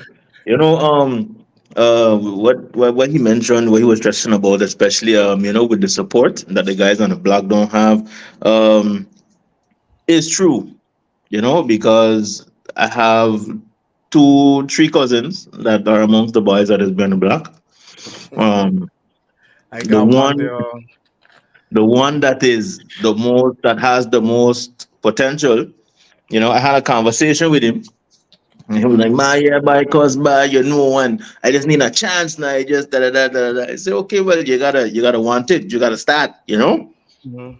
He started by Nipa, and I tell him, I say, "Let's make a deal." Yeah, I say he older than me now. He older than me almost by, I want to say, 10 years, right? Okay, so he older than you. Yeah, yeah, yeah. Yeah. So I say, okay, look, we can make a deal. Okay. I say, anytime you miss a class or you late for a class or the teacher call me and tell me that you're not performing well, me and you going to have a round of fisticuffs. Okay. And here what? Because This he really had sound like this started, really called like a lumberman deal, though. he had started with the NIPA, but the guy that was helping him with it, he was giving me the story like it's just saying like, he combative in class, he this and that, he disruptive, so and so and so. I said, but you're telling me you want a chance, but this is what you're doing with your chance. I said, so here, what this how we gonna remedy the situation? I say, if anything go wrong, because talking to you ain't working. You understand? Somebody else taking time and money out of the way to make sure that you're good and you're still acting like you're crazy. So I can talk your language now. Okay? So I told him I was going to talk his language now. And so after me and him had that conversation, but it was like night and day difference. The man started to excel G. Like I I didn't even want to believe that is he was taking them tests that. You I like, was like, hold yo, on. yeah. Have you showed out the cousin? I was like, what? No man, that can't be. That can't be. That can't be. You understand? You And know, so but why and you have so to it's a so different threaten it's him? a it, it's a different kind of support. Look, I wasn't really going to hurt the man, but I still have Oh yeah. but I had to show him to a certain extent, like I am just as invested as you, and I want to see you prosper. And I think that was the motivation that he needed. You understand? And so yeah, he do his thing, and I think he had do the cooking thing, and yeah, he just do that now, cooking and whatnot. So That's a yeah, is it? wonderful. I love to hear. I love to hear stories like that. I could also give you all an example of my own. So as I said at the beginning, yeah, I came back with a degree, but the road to that degree was not clear cut. Okay, so when I left from St. Martin, I went to Trinidad. I spent like 2 years in Trinidad doing my under because if you've ever done education in the United States, you have like general ed courses that you need to take. Went to Trinidad and I did some general ed courses. I always wanted to study physics. I knew that from since I was in Fort Farm that's what I was going to do. So I already made up my mind to do that. Because that school was an extension campus to a school in the United States. It's easy to transfer your credits over there. Transferred my credits to the States. Thing about it is now I should have been in my third year, but I haven't started any physics courses as yet. And something that I didn't know is that because the department was so small, I graduated with only 5 others. Well, I was one of 5 people that graduated from my year. Because the department is so small, they don't offer every course every year. So when I Mhm. when I finally got a time, when I finally got to start, it was if I was starting as a physics freshman instead of the junior I was supposed to be. So you've already lost almost like 2 years. Wow. Okay. Spent 2 years, pull myself up. It's trust me, psychologically it does play a role. It weighs heavy on your mind. Let me put it to you that way. Because the school was expensive as well. You talk about $30,000 a year. Oof. Okay. So, and then after like I think my second year there, I'm now actually a sophomore, finishing up my sophomore year. Money ran out. Because at that time, they weren't giving scholarships to if you were going to study physics. That's the next thing that we really have to work on here in St. Martin. That priority list. So, yeah. So mom was paying for the mom took a loan, and my mother was paying for the rest of it out of pocket. You understand? Right. Money ran out. And I was like, what am I going to do next? I was like, okay, maybe I could finish in the Netherlands. That's how come I ended up I spent 3 years in the Netherlands. Okay. When I reached there, they wanted me to start from the beginning. And what was hurtful was that all of the books, same topics. Physics doesn't change. It's universal. I don't care where you go. You could go to the moon. You could open up a school on the moon. Physics is physics. Okay. And my grades were good. But when I applied at the VU, they wanted me to start from the beginning. Now that was my lowest point, you know. I had to really dig deep in order to pull myself out of those dumps, because the last thing I wanted to do was come back home without anything. You know, I told myself there's no way coming back home with nothing to show for it. Especially when you come from educated people, you can't afford that. All right. Lucky for me, I ended up falling out of school. I was working, and then my aunt, she called me. She was like, "Lucho, there's an opportunity for you to go back to the States." So now I have to sit down. You know, you're in your mid 20s now. You have to sit down and you have to think like, boy, is this really something that I want? Is this a direction is this something that I really? But I always believed in living up to my potential, and I always knew that what was happening right now wasn't close to my potential. So, pack up my bags again, back to the United States, and within a year and a half, I was done. That's all I needed to finish up, you know. But it took me a very long time to be able to reach there. But I say this to tell anybody who is listening that sometimes the path isn't straightforward. Tell me have a about lot it. of twists and turns along the way. It Okay, is- some it people is get through it actually- 1, 2, 3. Actually, we need to say that it's never straightforward. Never. Right. You never know the curveballs that life can throw at you. But those lessons that I learned when I was young were very helpful for me during those times. Okay, never give up. Always keep sight of your goals, and that's something that I did. And I can only be thankful for those lessons that I learned back then, because imagine I didn't have that support system. Yeah. I could have been the boy on the block right here today. You understand? With nothing to show for it. Yeah. And so anybody out there that life hitting you a few cuffs, trust me. If you can talk to a professional about it, find a professional to speak to. If you have that support system at home, you have to lean on them. Yeah, okay? on some fat and if you have a good support system, they want you to lean on them. Yeah. You know, they want to see you through. And I love to tie that into the fact that this is the reason why I believe I'm a good candidate, because I know what it means to work hard.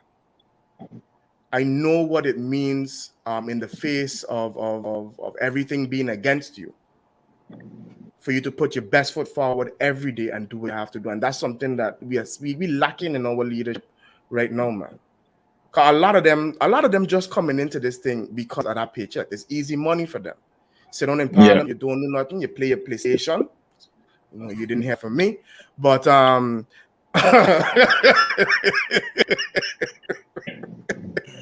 you know, and you collect a paycheck, never understanding the work, the actual work a parliamentarian needs to put in.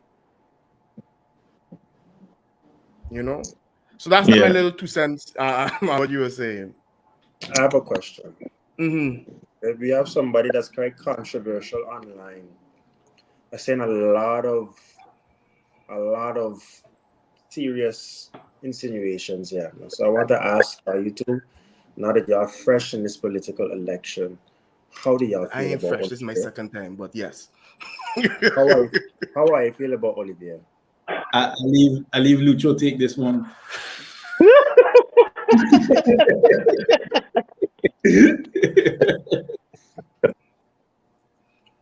Olivier is an interesting character. I will say that. That's for How I sure. personally feel of him, he does not align with what I'm accustomed to. I'll tell you that straight up. That's not how he operates. It's not how I was raised. And I will say this: a lot of his rhetoric is divisive in nature. It simply aims to divide. Okay, and we as people of St. Martin, we need to take a long look at people who only seek to split St. Martin apart. You know, I remember some things he was saying about foreigners and all those kind of different things, and who's supposed to be in parliament, who is not supposed to be in parliament.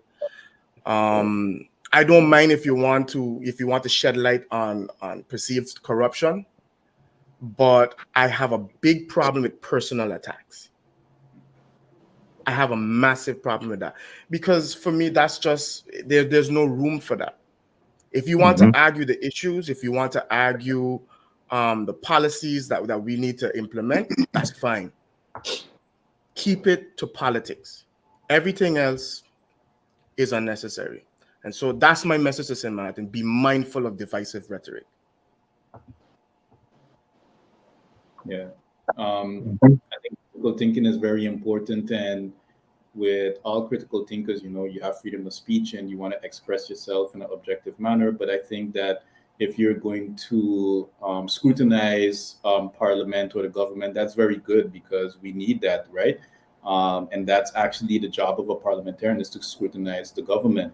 So in that aspect, I think all of those things are, you know, adequate and it shows that you have integrity. But what Lucho just stated, when you get personal and you start to air certain things out that might not be factual, that's when, you know, I see that you're not aligning with certain values and principles that we uphold at PFP. So for me, having a critical mind and looking at and assessing things in a logical way, that's okay, that's fine, that's democratic, right? But doing it in other methods and other means in order for you to divide the nation, I think that's unconstitutional. And, you know, I don't support that. So I'll just leave it at that. I like what you said there just now. Because you touch on something there that's a nice segue for, you know, the next direction I want to go in right now. Um, no, that is accountability. Yeah. Um, my version of how we should hold these people that leading us accountable is to some very excessive. However, I mean, this however, does not I surprise me feel whatsoever of the I lumber man. feel right. I feel right that with the exception of voting, I personally feel like, you know, especially because then, you know, after the decision has been made, um, and if it's not the right decision that's been made, is 4 years or until whenever the people the government fall, we have to sit with this decision that was made. Um, I I I think there needs to be a more direct way to hold these persons accountable. I just never expect anybody to agree with my way, but I want to ask you guys, what is a good way, a creative way, you know, outside of the voting and those kind of things, to hold these people accountable? First and foremost, I need to hear your way. Okay, I need to hear it. So I need you to stay. I'm interested as well.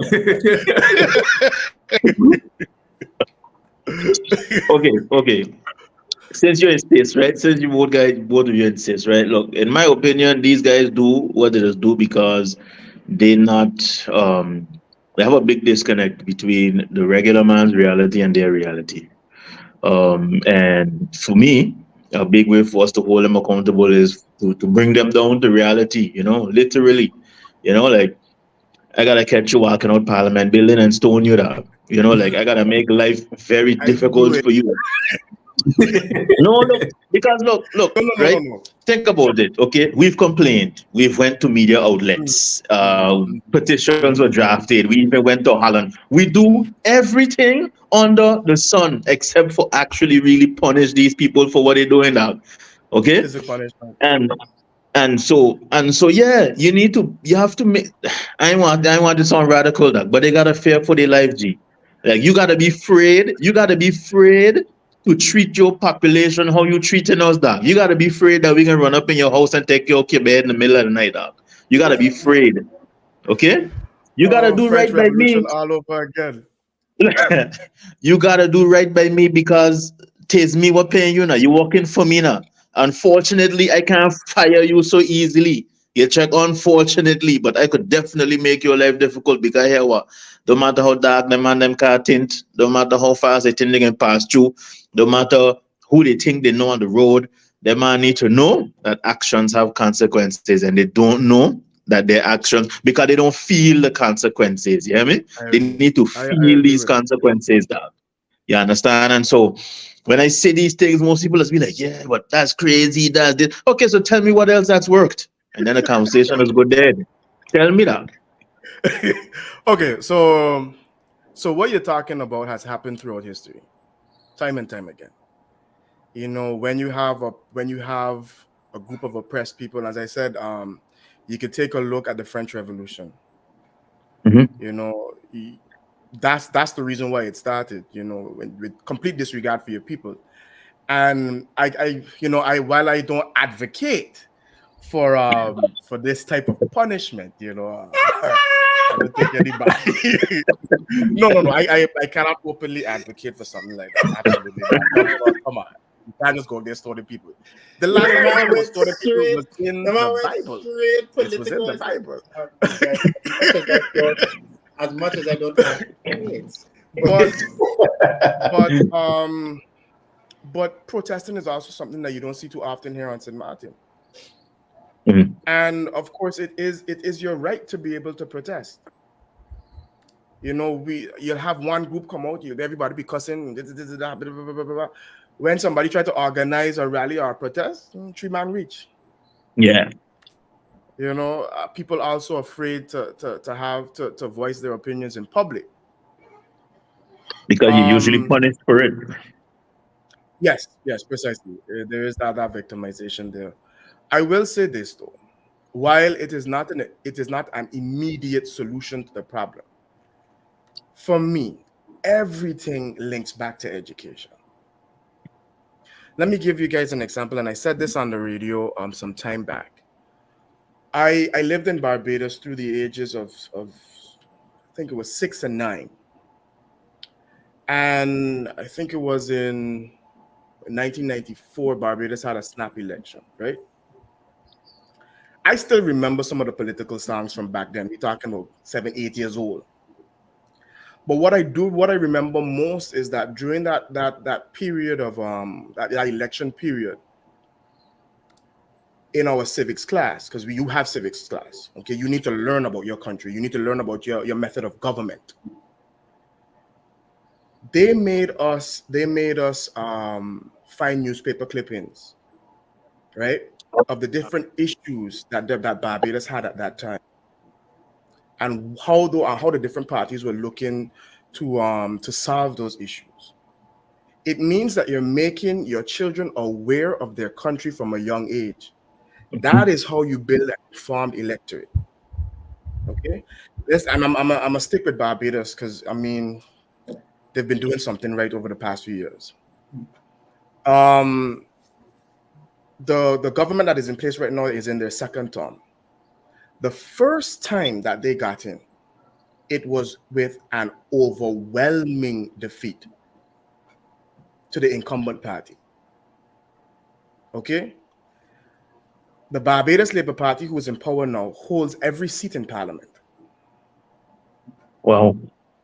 Okay, the Democratic Labour Party that was empowered before, by the Bajan people noticed, hey, these guys ain't it.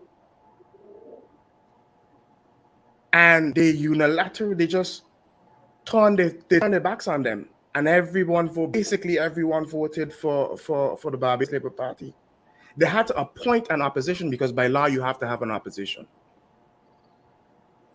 But you have that with informed electorate. If you, and this is something I don't understand, you open up a business number, right? You want to know what's happening. You're checking your finances, you're checking your inventory, you're talking to your customers. You want to know everything that's going on in your business, right?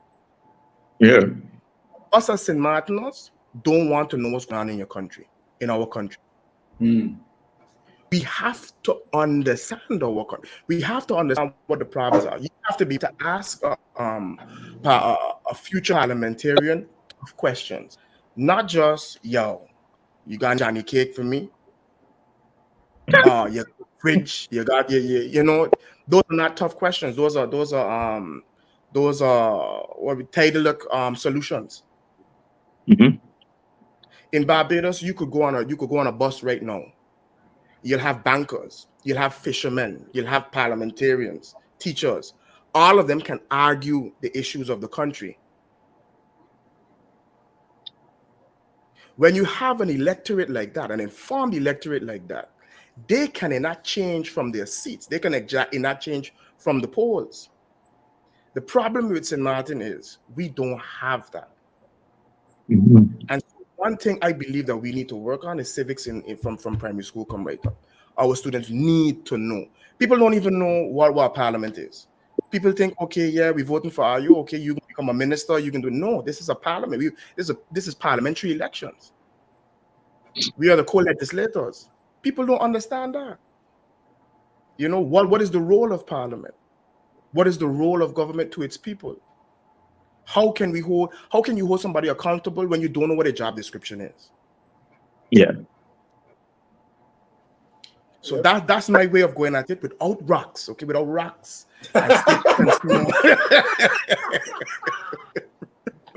It's not gonna be today for tomorrow, though. I will say this, you know. So if you're looking for a solution that go, because I mean, tomorrow you hit a man a few lashes, he may have to change his ways, you know. But outside of outright violence, that's the way for me to go about it. Okay. Yeah. Mr. Blaze, and yourself.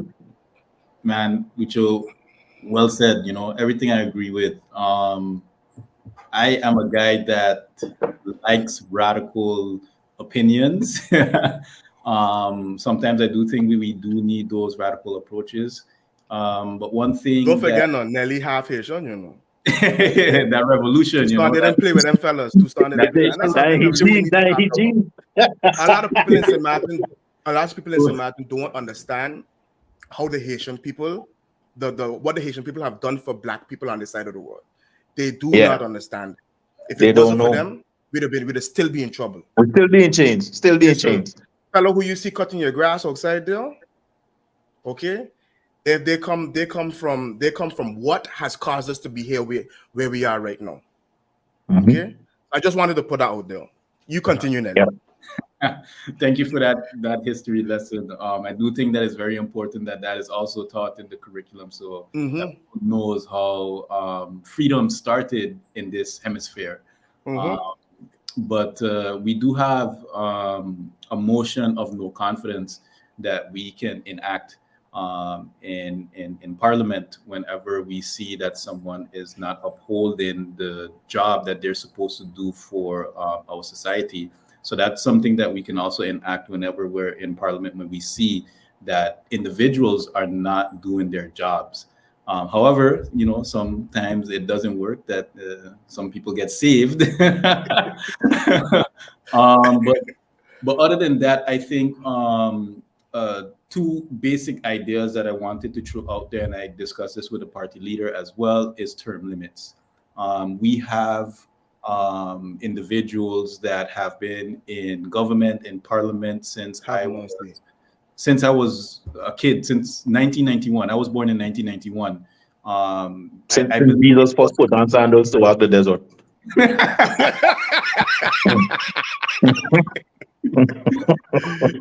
and they're still here. You know. So that's something I think that if possible to legislate, we should have some kind of components to make sure that individuals who want to have this job knows that there's an end to it, that might deter them from going into. And doesn't necessarily have to be death. I mean, we wasn't pushing that, Pain. Yes, No, why it could be natural death, because if you see some of them that in there, they're looking to die in seat. You understand? Die in office. That's what they're looking to do. So yeah. So I think term limits is something that I would advocate and legislate for, so that you don't have individuals that are there until they're 70 years old trying to, advocate for something that is not pertinent to the society, to the younger population as well. So that's something that can be implemented. And then a second thing is that, and I don't know if this is a good idea, I'm just trying this out for the first time, is that if you're going into parliament and this is about co-legislation, a lot of laws, a lot of our laws are in Dutch as well. I think that there needs to be a component of learning different courses within parliament. And if you don't reach a certain standard, like assess these parliamentarians, if they don't reach a certain standard, and hey, this goes on your record. Sorry, I don't know if you guys are hearing that bike in the background. This goes on your record as that you're not reaching a certain standard and you shouldn't be in your position any longer. So there should be components of where we can assess and judge if these people really understand what they're doing in parliament. And I'm sure that there's some individuals in there, they don't understand what they're doing. So we need to assess them and we need to hold them accountable. And I think by doing those assessments, doing those tests, those progress tests throughout a year, throughout 2 years, throughout 3 years, you can have a survey like how they do it in the United States, and the population can vote between those years of when they are working, just like how you're working right now in a company. You have to go through an assessment every year in order for you to get an increase in salary. So we need to do that with them as well. In order for you to keep your seat, you need to go through an assessment with the population. And if the population votes you to a low standard, you need to get out of that seat immediately. Yeah, I think. But you guys can call me. You guys can call me. Ray may have something to say about that. Yeah. You guys can call me to drag them up the seat if they resist it. Forcefully remove them. Yeah. By stone or by fire. That reminds me of my grandfather. He used to talk about budding people all the time. I was like, yeah, that's wild. That's wild. People, you can't do that. But that's when you're frustrated. That's frustration. Yeah, for sure. And I definitely some good ideas. The one from Lucho, for sure. That's something that your youth man would then. He would be a part of that generation that know it from young and then could really, so yeah, that's definitely good. And also the stuff that, especially the evaluation part, I hadn't thought about that, before I went over to my ways. I still going to keep them in reserve because, backup plan. The only question I have though, Nelly, for you had mentioned that, the terms, right? You had mentioned the terms. That could also force them to rush whatever these devious plans they have going on. Like if you tell them they have a shorter time to do it. Yeah, that's true. That could like that could make them feel like how you say it could make them be more creative with their funny ways. You understand? So not saying that is a bad idea, but maybe when it's being pushed, just to make sure close every possible loophole around whatever might look like, and but definitely some good ideas, guys. I appreciate it. I have one last question, and this is specifically for Lucho because he expressed some great interest in this the last time when we was on. And I promised him we was going to discuss it. It's a shame Kana ain't here, but he could rewatch this. Lucho, give us the rundown on the Pythagorean theorem, please. Well, it's so what I mean to say about this is not necessarily the Pythagorean theorem. Okay. Mm-hmm. I guess we all have done it in school, right? Yeah, for sure. When you're looking for a side of a right angle triangle or whatever, you know. It's mathematics in general. You know, I always tell people, I get it all the time. Okay, teacher, why I got learn this? I ain't gonna use this ever again in my life before. And I say, okay, some of you may not. I still use it because I chose to go down a path where I would have to use it. You know, you'd be surprised. There was a day I had to use Pythagorean theorem on a car when I was looking at looking at the drop angle of my drive shaft going to the differential, because I just did an engine swap and I didn't have no way of calculating that angle. So I had to be able to find the length of the drive shaft using Pythagorean theorem. You have the distance in between the back of the transmission and the differential. And then you have the height difference between the differential and the transmission itself vertically.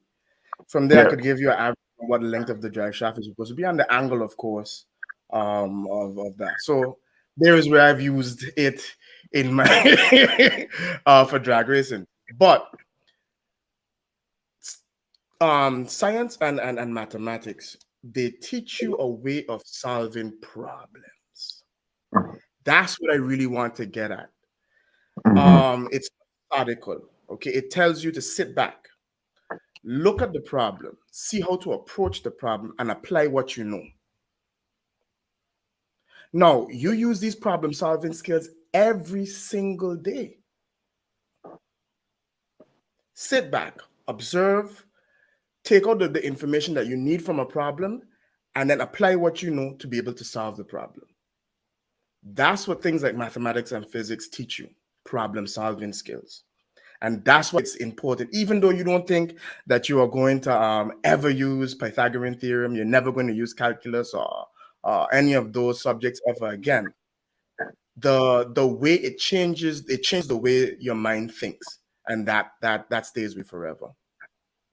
But then can we then have a better way to present these math classes, so to speak? Yeah. I ain't gonna tell you any lie. I've always told people math doesn't necessarily come naturally to everyone, but I think anybody can be good at it. You know, you might not be a genius, but anybody can be good enough. Math isn't like a language. It's just memorization. Math is something you have to hammer, practice. It's not something you can practice memorize. time. So you have to take a big chunk out of your time to be able to practice math. I remember at college level, oh my goodness, sometimes we get 6 problems, and I got 6 hours on 6 problems. Damn. Okay, and that's 3 times a week. Physics too, you know, you're spending hours on a single problem, but that's where that practice comes into play. But we got to start using technology to start bringing over the problems in a manner with which children actually sit down and want to do the problem, because that's part one. You know, you have to want to do it, and then we have to find a way to tie those things into real life, because math can be abstract. I mean, we all know that. Yeah. And a lot of kids are like, I don't see how this could apply to my everyday life. And so if you find ways, especially, I know one way we're looking at right now is how financial literacy, especially early financial literacy, how you can use money, right? Because everybody likes money. And so now we're using that to be able to make better mathematicians. People are well, maybe not better mathematicians, but having people appreciate math more, and they can see how it ties into their daily life. Yeah. Okay. Idea for that actually just crossed my mind. But send me a message after the show. I can voice note it to you. You know, we can't have the public hearing this one. This is gold.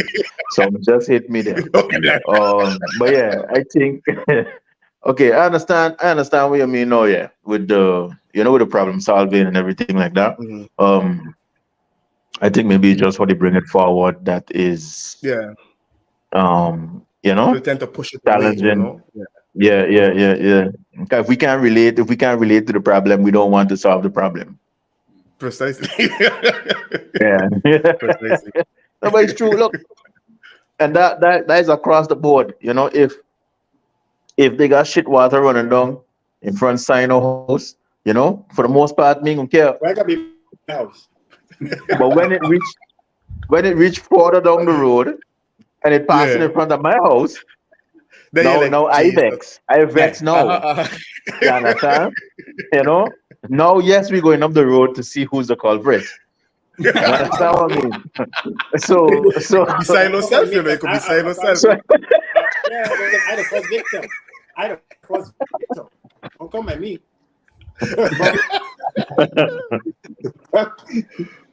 you know, so yeah, true. I understand, man. I understand fully. So I know you have anything you'd like to add for these fine gentlemen. I just have one question because my understood from y'all have another engagement that you have to do in a bit. You at the beginning, I'd say that you don't know how we can really go up to 3 hours. We spend 2 hours. We here still, and you don't even know. Yeah. We just go. It's crazy. It's crazy. It's crazy. Then my final. I love it though. I love it. Yeah, my final question to you both now is, what now? Okay. Who wants that? Who wants that? I guess I can start since, and then you can finish it off. You know, you're a master at closing off things, Lucian. I got it. So no, let me get a little bit more prepared for what I want to say. Is that it's important for adequate leaders to step into roles of helping individuals of St. Martin or the entire community of St. Martin. And what now for me is I want to take up this responsibility to help our community. So when you're talking about bridging the wealth gap, that's something that I'm passionate about. When you're talking about strengthening education and supporting educators, that's something that I want to advocate for. Non-discriminatory immigration rules, actionable housing opportunities, and safeguarding nature and heritage. These are the different components that I want to advocate for in St. Martin. I want to make sure that every St. Martin has an equal opportunity for success and that no one is struggling. So that is what is now. And January 11th, I want everyone to go to that ballot poll and vote for PFP, vote for number 7, vote for number 5, vote for anyone on PFP. Okay. Yeah, Nelly. You see, I love my candidate. I love all of my candidates. That's something I really have to talk about on Party for Progress. We have an amazing team, and we've worked hard to provide. I don't know if you guys have gotten a chance to read the manifesto, but we worked really hard to provide that reading material for everyone on St. Martin. Is on you guys' website? Yes, it's on the website. Yes. Okay. And again, everything in that manifesto was written by all the candidates. So one thing about Party for Progress, you don't get a manifesto and then you have to see yourself in that manifesto. No. We can all see ourselves in the manifesto because we are all the manifesto. So St. Martin, we have had another 4 years of turmoil. That's something I really want to point out. It has been 4 years of turmoil. We've had 2 parliamentarians in Parliament that have championed accountability, that have championed transparency, and that have been working for you. My question to St. Martin is, how much more do you want for you? Now, that answer should be everything. You should want everything for you. And if you want everything for you, then your choice should be simple on January 11th. We are able, we are willing, we are ready to serve. Give us that chance to serve. I think Nelly can agree with me that come January 11th, I think gold is the only option for you. You like gold, right? You like gold. Everybody like a little gold chain and thing. Yeah, the man gone back to his people them time. What? Right. You see, that's how I pick up that accent. But come January 11th, it's time to vote the gold standard.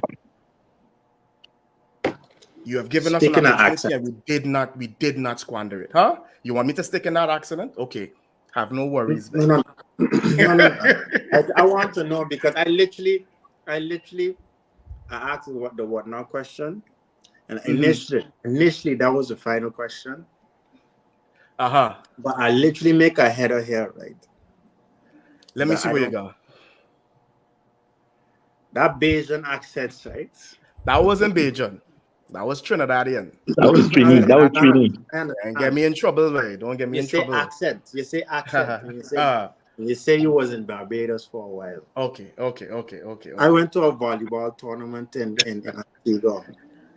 And I had these two Bayesian partners. And you could not understand the Bayesian I couldn't accent. understand one. I could only imagine you can't understand that. No, I don't know if it was him. But it's no. The Bayesian accent is unique. It is unique. Because they're singing. They're singing while they're talking at the same time. It is very unique. Just like how Barbados lies outside of the archipelago. So their accent does as well. You know, I could tell you this much. It was a struggle for me to understand my own father. And wow. You know, if you talk to a Bajan, you know, one that is educated, I think that you may be able to understand them. It's tough for first time listeners. This man. When you speak to somebody from our countryside, even I struggle sometimes with understanding what they have to say. Struggle. Wow. So it ain't only you. I know it's not only me. That's why asking for the general populace, man. I can't understand a fucking thing.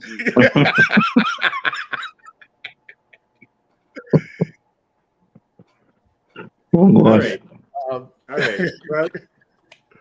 Well, before we go, I would like to thank y'all for coming, and also thank everybody that was in the comment section. Everybody has been viewing for the past 2 hours. Please don't forget to like this video, subscribe, and put on the notification bells, and share this with everybody else that you feel do you feel need to be more informed about these people that's in parts of the PFP party, Luciano and Nelly.